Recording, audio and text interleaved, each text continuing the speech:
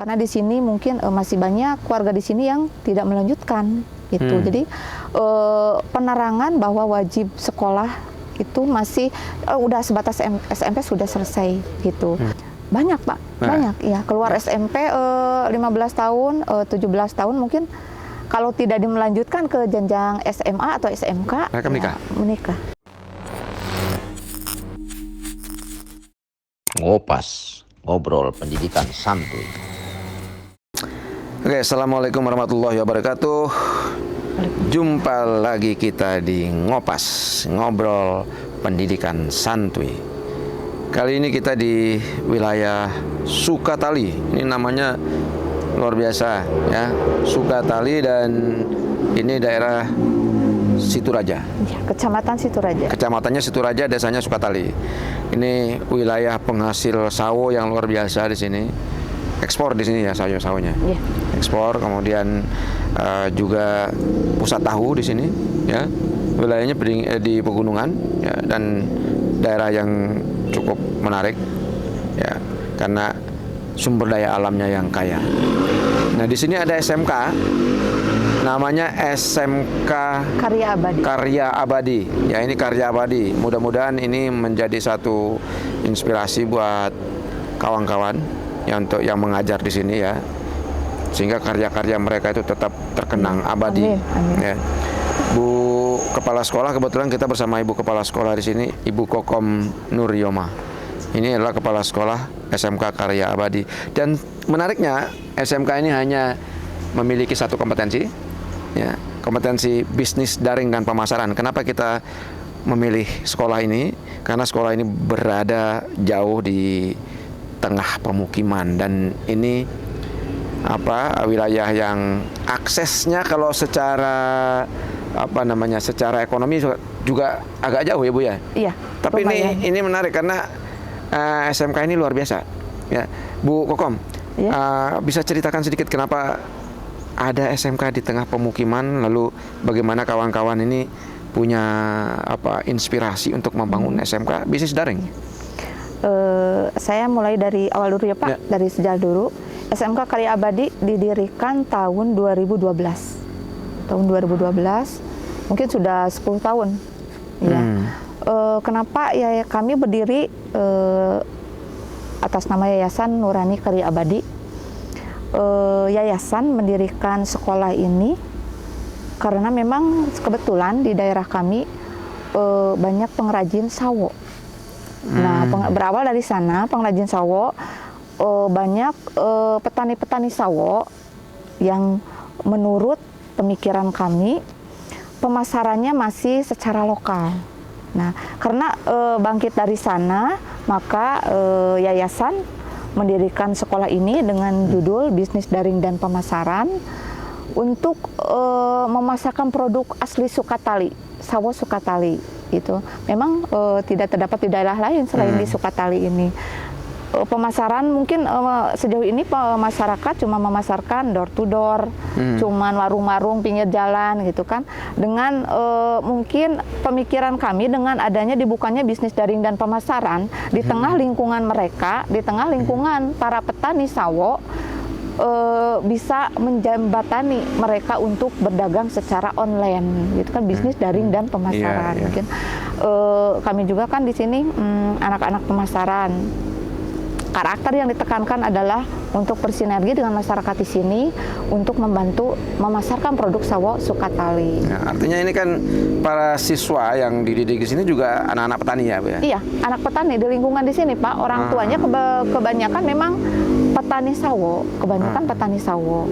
Itu. Jadi selain sawo, mungkin di sini juga banyak produk-produk yang lain. Kenapa di sini kami mengambil jurusan bisnis daring dan pemasaran? Mungkin melihat ingin memajukan potensi daerah supaya dikenal dengan orang lain, pemasarannya bisa meluas ke berbagai wilayah seperti itu. Mungkin anak-anak kami juga kan di sini bikin blog-blog di Shopee dan lain sebagainya untuk memasarkan gitu, Pak. Ini kalau kita lihat kan aksesnya juga tidak terlalu bagus ya Bu di sini ya. Terutama akses internet. Lalu bagaimana mereka bisa bergerak dengan apa namanya bisnis daring. Sementara itu kan pakai digital ya Bu ya. Iya, kebetulan WiFi bisa berjalan di sini, sudah pasang WiFi juga. Jadi anak-anak mungkin kalau di daerah pelosok mereka itu mereka tidak maksimal kalau belajar untuk daring, untuk pemasaran secara bisnis daring dan pemasaran itu kurang maksimal karena memang akses mereka ke internet kurang memadai gitu karena terkendala sinyal dan lain-lain. Tetapi ketika di sini dibuka praktek pemasaran dengan menggunakan WiFi, ya insya Allah mereka bisa gitu. Bu Kokom, ini kalau kita lihat memang daerahnya daerah pertanian ya, daerah perkebunan lah. Ini memang orang-orang sini memang apa penghasil sawo atau ada produk lain selain itu? Di sini mayoritasnya memang petani. Selain petani sawo, ya banyak yang ke ladang, ke sawah. Tetapi di sini kebanyakan mayoritasnya petani sawo. Di depan rumah mereka pun pasti ada sawo. pohon sawonya, Pak. Di depan rumah, di belakang rumah pasti ada sawonya, gitu. Ya, ini kalau secara bisnis Bu ya kan, kalau buah-buahan ini kan ada masanya, ada kadaluarsanya, ada kadang-kadang terlalu matang dan sebagainya. Itu seperti apa? Apakah diajarkan di sini bagaimana mengelolanya, atau mungkin di dalam apa pengemasan atau seperti apa gitu Bu? Mungkin memang kelebihan sawo Sukatali ini mungkin ya Pak kuat itu kan mengkal gitu ya, jadi tapi dalamnya matang. Nah ini bila ini hasil analisis anak-anak ya, bila itu misalkan pemasarannya atau lagi panen banyak yang kurang terjual, itu diberdayakan dibuat dodol atau dibuat keripik sawo. Gitu. Iya, jadi tidak ada istilah sampai produk terbuang, enggak gitu. Jadi ada upaya untuk membuat produk lain dari bahan baku itu ya. Apalagi sekarang kan banyak UMKM dan lain sebagainya yang difasilitasi alat untuk buat keripik itu kan. Itu Pak. Kalau di sekolah sendiri mereka proses pembelajarannya seperti apa Bu? Proses pembelajarannya mungkin saat ini sudah mulai normal ya Pak, tidak COVID lagi, tetap muka dari Senin sampai hari Jumat, dari jam 7 sampai jam setengah 4 baru mereka bubar. Mungkin untuk pelajaran kompetensinya belajar simulasi digital buat bisnis online, meskipun ya prasarananya kalau sekolah di pedesaan gini kan sangat terbatas gitu, tapi kami maksimalkan mereka keluar itu harus punya kompetensi dalam bidang BDP-nya itu. Sekuat tenaga kami selalu sesuaikan dengan program-program, dengan kurikulum supaya semuanya bisa terlaksana gitu. Kan bisnis daring dan pemasaran otomatis kunjungan industri kita ke tempat-tempat pemasaran seperti kemarin baru saja dilaksanakan ke Garut, ke pusat pemasaran kulit Garut.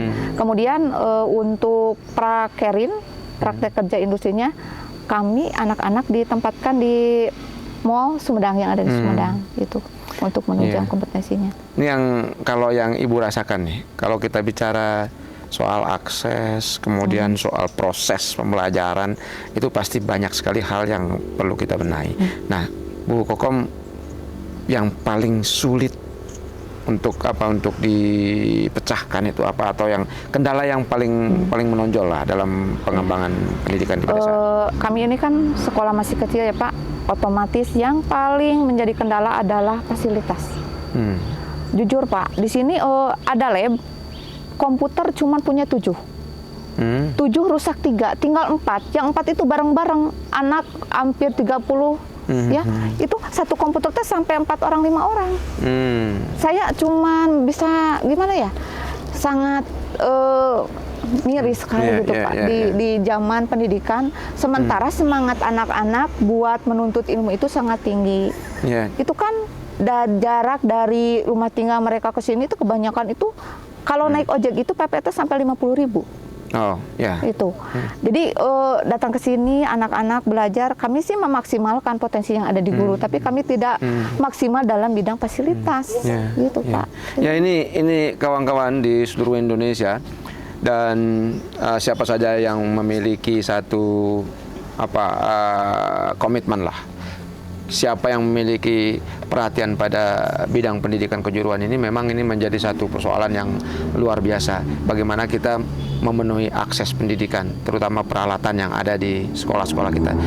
Dan juga saya kira para pemerhati pendidikan ya Bu ya, pengambil kebijakan juga mungkin perlu melihat ke wilayah-wilayah pelosok seperti ini. Bagaimana kita mengambil peran di dalam memenuhi kebutuhan pembelajaran, terutama peralatan. Kita tahu di seluruh pelosok Indonesia ini memang susah, apalagi di daerah-daerah pegunungan seperti ini ya Bu ya. Jadi peralatan itu selalu menjadi persoalan yang luar biasa susahnya, satu kendala. Oleh karena itu, mari kawan-kawan, para pengusaha, pengambil kebijakan atau yang memiliki komitmen pada bidang ini, pada pengembangan sumber daya manusia, mari sama-sama kita lihat ini karena ini menjadi satu pekerjaan kita bersama, menjadi PR kita bersama, bagaimana kita mengembangkan SDM bahkan sampai di wilayah-wilayah pelosok Indonesia. Jangan hanya kita melihat bagaimana sekolah itu berkembang di sekolah-sekolah yang maju, atau bagaimana anak-anak kita dididik di sekolah-sekolah yang sudah maju, sudah berkembang, sudah besar. Tetapi bagaimana sekarang kita beralih untuk melihat bagaimana sekolah-sekolah kecil seperti sekolah yang ada di sini, yaitu Karya Abadi ini, bisa menjadi satu center di dalam pengembangan SDM. Kalau salah satunya adalah BDP, maka bagaimana kita memenuhi akses mereka untuk bisa betul-betul menguasai bagaimana membangun sistem perdagangan, bagaimana mereka membangun bisnis yang berbasis pada digital dengan layak. Bu Kokom. Iya. Nah, kalau kita lihat secara umum, ya, animo masyarakat di sekitar sini terkait dengan pendidikan khususnya yang berbasis pada digitalnya seperti apa? Karena di sini sebagian masyarakat pedesaan mungkin jauh dari kota kabupaten lumayan ya Pak. Kadangkala pemikiran mereka itu perlu pencerahan. Karena di sini mungkin masih banyak keluarga di sini yang tidak melanjutkan gitu. Jadi penerangan bahwa wajib sekolah itu masih udah sebatas SMP sudah selesai gitu. Ternyata di sini di lingkungan ini masih banyak anak-anak yang tidak melanjutkan karena kesadaran orang tua masih belum paham. Iya, gitu. iya. Makanya mungkin di sini juga banyak sekali anak-anak kita yang menikah dini ya. Banyak Pak, banyak ya. Keluar SMP 15 tahun, 17 tahun mungkin, kalau tidak dimelanjutkan ke jenjang SMA atau SMK, mereka menikah. Ya, menikah. Nah ini satu persoalan dan mungkin juga menjadi PR bersama siapapun pemegang pemerintahan di wilayah ini, bagaimana menurunkan angka perkawinan dini. Jadi pendidikan salah satu cara, jadi mengembangkan pendidikan ini menjadi salah satu cara untuk paling tidak itu menekan angka ini. Di wilayah ini juga kalau saya tidak salah dari statistik itu juga angka kematian ibu dan anak ya itu masih cukup tinggi, dan ini pun menjadi satu persoalan yang sama-sama masih harus dipikirkan. Bu Kokom, kalau kembali lagi kepada sekolah, di sekolah kita ini kan juga pastinya guru-gurunya juga perlu ditingkatkan kompetensinya. Upaya apa yang dilakukan untuk meningkatkan kompetensi guru? Untuk meningkatkan kompetensi guru, saya himbau kepada semua guru untuk mengikuti merapat dengan MGMP. Gitu. Jadi guru mata pelajaran masing-masing.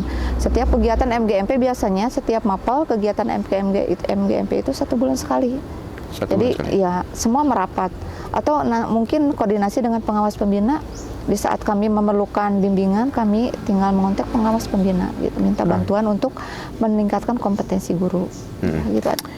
Bu Kokom, ini kalau daerah pedesaan ini kan memang agak kalau kita katakan agak sulit untuk merubah mindset. Ya ada benarnya. Tapi yang lebih penting adalah bagaimana menjalin komunikasi, menjalin hubungan yang baik dengan masyarakat untuk bisa mengakses pendidikan. Karena hanya dari sisi pendidikan kita bisa mencoba mengubah banyak hal termasuk mindset masyarakat. Bagaimana Bu Kokom melakukan ini? yang saya lakukan, saya berusaha mendekat dengan masyarakat. Nah, apabila masyarakat ada kegiatan, kita ikut aja. Kemarin seperti baru kemarin hari Milangkala Desa, kita ikut. Milangkala itu hari ulang tahun HUT jadi desa. Gitu. Okay. Ya. Kita kerahkan anak-anak semua sama guru-guru ikut gerak jalan sama mereka. Kita kan pakai atribut sekolah ya. Mereka jadi membaca SMK Karya Abadi. Ada sekolah dekat di sini gitu ya. Jadi masyarakat yang dekat itu kita bisa sosialisasi dengan cara itu, dengan cara berbaur dengan mereka. Karena kalau kita memaksa mereka untuk memahami kita itu susah. Jadi kitanya berbaur dengan kegiatan mereka, lebih mendekat. Kalau di sini ada OSIS, saya turunkan anak-anak semua ikut OSIS sama masyarakat di sini gitu, Pak. Apakah ada upaya misalnya begini? Ada misalnya anak yang sudah selesai, tapi tidak boleh keluar oleh orang tuanya. Ada upaya untuk memberikan pemahaman bahwa anak ini sudah waktunya misalnya untuk bisa bekerja di luar atau melatih kemandiriannya, misalnya seperti itu. Jadi misalkan anak-anak sudah selesai sekolah di sini, sudah selesai. Ketika kita menyuguhkan ada lowongan pekerjaan, misalkan kita kerjasama dengan BKK, ya BKK Sumedang, itu kan selalu di-share lowongan-lowongan di mana. Ketika kita meraih mereka, sudah ditempatkan, kita sudah MOU dengan ini. Jadi orang tua pun, dia keluar itu untuk bekerja, sudah lowongan pekerjaannya sudah tersedia, begitu. Nah itu mungkin seperti itu Pak, merubahnya. Tapi ada tantangan nggak ketika menyampaikan itu di masyarakat? Ada istilah gini kan, orang tuanya petani, ini siapa sih yang mau meneruskan? Siapa sih yang mau mengelola kebun ini misalkan? Itu ada dari mereka itu seperti itu. Bapak petani ngurus petani aja, melanjutkan ngurus kebun aja begitu. Tapi sedikit demi sedikit, karena kan anak-anak belajar di sini sehari-hari sama kita. Nah, kita masuk lewat mereka gitu. Jadi kadang-kala kan rapat orang tua juga suka dibahas gitu. Jadi kenapa tidak sih anak-anak yang sekolah di sini buat melihat dunia lebih luas gitunya, apalagi ini kan bisnis daring dan pemasaran. Intinya penyerapan tenaga kerja untuk bisnis daring dan pemasaran itu lebih luas di berbagai bidang. Itu tidak hanya bisa berwirausaha, mungkin bisa di daerah masing-masing, tetapi aset untuk keluar juga kan banyak. Gitu. Ada rencana untuk membawa sekolah atau mengembangkan sekolah ini lebih jauh ke depan?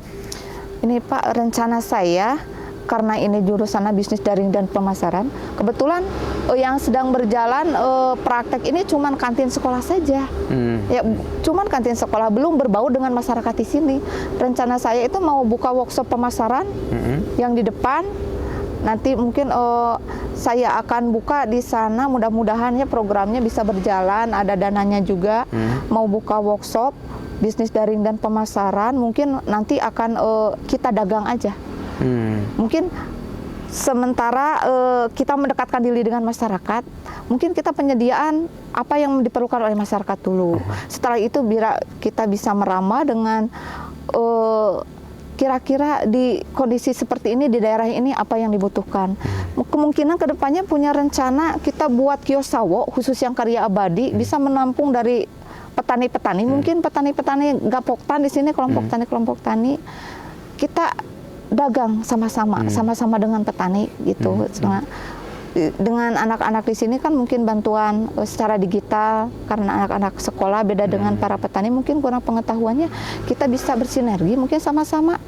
Ayo kita dagang sama-sama dengan masyarakat di sini. Itu jadi kayak bikin semacam pengepul, jadi pengepul gitu ya. Iya, bisa ya pengepul. Sementara ini kan saya lihat gitunya hasil analisis pengemasan produk khususnya yang sawo belum diolah itu belum ada kemasan yang menarik, Pak. Sebenarnya kan harga sawo berapa, tapi dengan pengawasan menarik mungkin itu menaikkan nilai jual. Apalagi kan ini akses Jati Gede, tempat wisata mungkin berapa tahun ke depan akan jadi tempat wisata yang lumayan dikenal lah gitu. Jadi kenapa tidak sih kita jalankan program di depan anak-anak buat buka mengepul sawo, kita kemas dengan baik, kita pakai label SMK, yang ada di Sukatali gitu. Ya, mungkin bisa juga di situ dikemas dengan berbagai standar ya. Ini yang Iya. super, Nah, itu ini yang bisa, Pak. Ya. apa namanya di bawahnya gitu Iya, ya. dengan kemasan mulai yang kecil sampai kemasan yang besar. iya. Itu sih rencananya, Pak. Iya. Mudah-mudahan bisa terlaksana. Ini kan satu apa namanya satu kompetensi. Ada rencana untuk menambah kompetensi misalnya? Memang ada rencana, Pak, karena otomatis dengan satu kompetensi itu yang mendaftar ke sini anaknya nggak punya pilihan lain. Nah, iya. Gitu, nggak punya pilihan lain. Mungkin kalau ada 2 kompetensi mungkin siswa yang daftar lebih banyak karena ada beberapa pilihan kompetensi, minimal satu lagi lah, tidak hanya satu gitu ya. Ya. Oke sahabat Tristan, mari kita terus dukung dan dorong terus pelaksanaan Impres nomor 9 tahun 2016 yang sudah dikuatkan dengan Perpres yang sudah kita sama-sama baca. Semoga ke depan SMK terus menjadi salah satu institusi yang mampu menghasilkan sumber daya manusia yang handal untuk Indonesia yang lebih maju. Ada yang ingin Ibu sampaikan sebelum kita akhiri? Kami khususnya dari sekolah kecil yang berada di pelosok pedesaan, kami mempunyai anak didik yang semangat yang luar biasa untuk belajar dan untuk maju. Kami hanya memerlukan satu bantuan dari aparat terkait. Kami sangat membutuhkan fasilitas untuk mewujudkan cita-cita mereka. Terima kasih. Mari kita dukung terus apa cita-cita mereka. Mari kita kembangkan terus potensi yang ada di sini, termasuk potensi anak-anak kita, sehingga mereka ke depan bisa menjadi sumber daya manusia yang benar-benar handal dan berguna untuk Indonesia yang lebih maju. Kita akan jumpa lagi di Ngopas dengan topik yang tidak kalah menarik. Demikian, assalamualaikum warahmatullahi wabarakatuh. Ngopas, ngobrol pendidikan santuy.